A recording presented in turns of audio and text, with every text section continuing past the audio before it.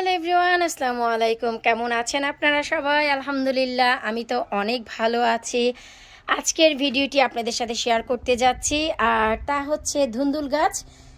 সারা winter ভরে, শীত ভরে আমার ঘরের কনজারভেটরিতে আপনারা সবাই ধুন্দুল গাছ দেখেছিলেন। অনেক ছোট ছোট আমি চারা বানিয়েছিলাম, তো সবাই জানতে চাচ্ছিলেন যে সেই ধুন্দুল গাছ মরে গেছে না কি অবস্থায় আছে।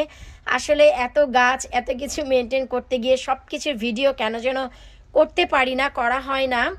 এই সেই আমার ধুন্দুল গাছ, যা জায়গা পেয়েছে হচ্ছে আমার কনজারভেটরি রয়েছে যেখানে, এবং কনজারভেটরির পাশে যেখানে আমি করলা গাছের স্থানান্তর করেছি, আর যেখানে আমার কচু গাছের একটি পট আছে, পালং শাকের ক্ষেত রয়েছে। এই যে সব পালং শাকের ক্ষেত থেকে তুলে ফেলেছি, খুশির ঠেলায় সব তুলেছি, যে কেন ছিঁড়ে ছিঁড়ে খাবো, এত বীজ দেশ থেকে নিয়ে এসেছি, তুলে খেয়েছি, আবার নতুন করে বীজ দিয়েছি, ওইখানে আবার নতুন করে ধনিয়ার ফলন হচ্ছে। তো এখানেই আমি যেখানে আলু গাছ রেখেছিলাম, আলু গাছটি পেছনের দিকে দিয়ে বড় একটি পটে আমি এই যে দেখুন ধুন্দুলের গাছ লাগিয়েছি। একটু দূর থেকে দেখাচ্ছি যেন আপনারা বুঝতে পারেন যে আমি কোন জায়গায় লাগিয়েছি। যে কর্নারে আমার একটি বৃষ্টির পানির ট্যাঙ্ক রয়েছে, আর এই যে দেখুন অনেক উঁচু করে আমি মাচা দিয়েছি, কারণ ধুন্দুল গাছ কিন্তু লতালো গাছ, অনেক বড় সড়ো হয়। তো এই যে আমি একটু ধীরে ধীরে সামনের দিকে যাচ্ছি, আর এই যে দেখুন মাচাটি কিন্তু আমি নিজেই দিয়েছি, অনেক মোটা কাঠ গুট সব কিছু নিয়ে এসে। এই যে তো মাচাটি, ইনশাল্লাহ এই মাচায় ইচ্ছে আছে তো অবশ্যই ধুন্দুল গাছ হবে। তো যেই ছোট ছোট গাছগুলো দেখেছিলেন, এখানে মোট 6টি গাছ রয়েছে। 6টি না, 1 2 3 1 2 3 4 5 6 7, 7টি, হ্যাঁ 7টি গাছ ঘরে ছিল। তো 7টি গাছে আমি একটি পটে দিয়েছি। তো এখানে দেওয়ার পর আমি যে জিনিসটি নোটিস করলাম, এই যে পাতার ভিতর অনেকটাই ফাঙ্গাল চলে এসেছে, কারণ সামার টাইম। এই যে দেখুন কিছুটা, এই যে একটু দেখার চেষ্টা করুন, এই যে ধুলছে, তো আমি তাও চেষ্টা করছি। এই যে দেখুন এখানে কিন্তু একটি মাকড়সার নেট এই যে বাসা বেঁধেছে, এই যে দেখুন। তো এইগুলো যদি হয় তাহলে কিন্তু এই যে দেখুন নিজে নিজেই এক জায়গা থেকে আরেক জায়গায় বেয়ে বেয়ে যাচ্ছে। তো এরা পাতায় বসলেই ঠিক এমন সিলভাট হয়ে যায়, এরা বিভিন্ন জায়গা থেকে রোগ বহন করে। তো এখানে এখনও পর্যন্ত বাক্কিলার দেওয়া হয়নি, কারণ এত গাছ আমি সব আগে সর্ট আউট করছি, ঘর থেকে আগে বাহিরে নিয়ে এসে। এখনও পর্যন্ত আমার কনজারভেটরির ভেতরে অনেক গাছ রয়েছে, আশা করি আপনারা দেখতেই পাচ্ছেন। তো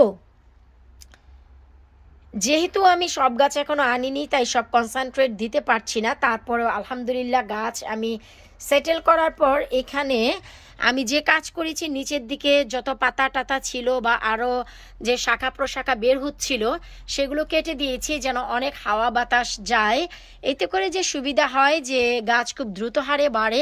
আর এই যে গাছ, খুশির বিষয় এটাই যে আমার গাছে শুকর আলহামদুলিল্লাহ যদি বেঁচে যায়। এই যে দেখুন ধুন্দুল চলে এসেছে, এই যে এখানে এসেছে, আবার এই গাছে দেখুন এই যে এই মাথার উপরে এসেছে, আবার এই যে দেখুন এই কই গো ক্যামেরা, এই যে এখানে এসেছে, এই যে মাথার উপরে এসেছে। এখন আলহামদুলিল্লাহ যদি বেঁচে যায়, কারণ গাছগুলোর প্রত্যেকটার 1G কাটিং আমি করে দিয়েছি, তাহলে ধুন্দুলগুলো বেঁচে যাবে। এই যে দেখুন কালো কালো পিঁপড়া, এই যে।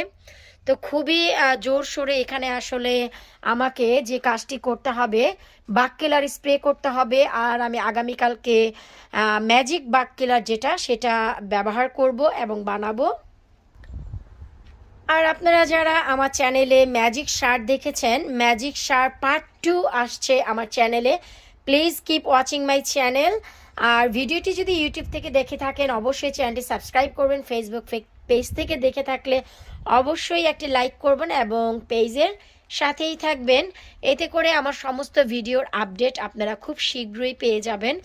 যাই হোক, আপনাদের দেখাতে দেখাতে এই যে দেখুন আমি তো এই পাশেরটি দেখেছি, কিন্তু এই মাত্র দেখলাম যে এখানেও আরেকটি ধুন্দুল এসেছে, এই যে আলহামদুলিল্লাহ।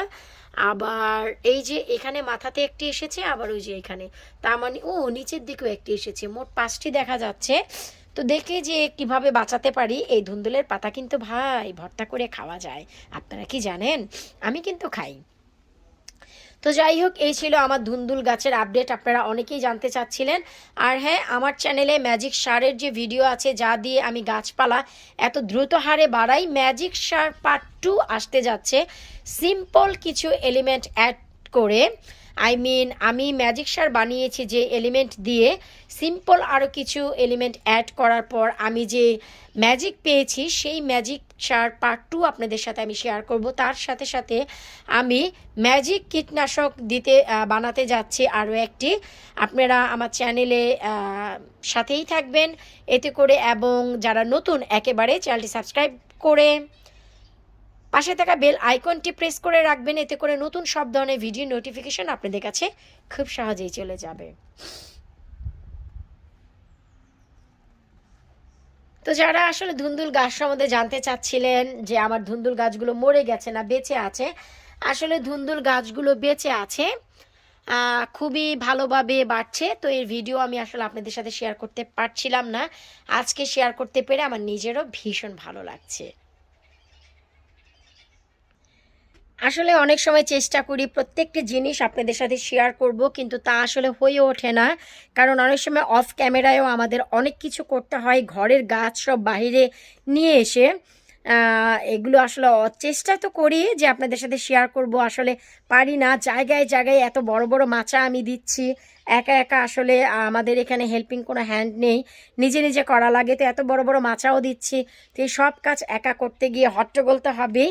তারপরে এখন থেকে চেষ্টা করব, সামার যেহেতু চলে এসেছে, গার্ডেনে আমার প্রায় 80% গাছও চলে এসেছে, তো এখন থেকে চেষ্টা করব আপনাদের সাথে প্রত্যেকটি টিপস এবং ট্রিক্স শেয়ার করতে, যারা একেবারেই নতুন গার্ডেনার, যেন আপনারা উপকৃত হন এবং ফুলে ফলে আপনাদের গার্ডেনটিও ভরে তুলতে পারেন এবছর, এবং এবছর শিখে আগামীবার আরও বেশি উন্নয়ন যেন করতে পারেন। বিদায় নিচ্ছে আজকের মতো, আল্লাহ হাফিজ।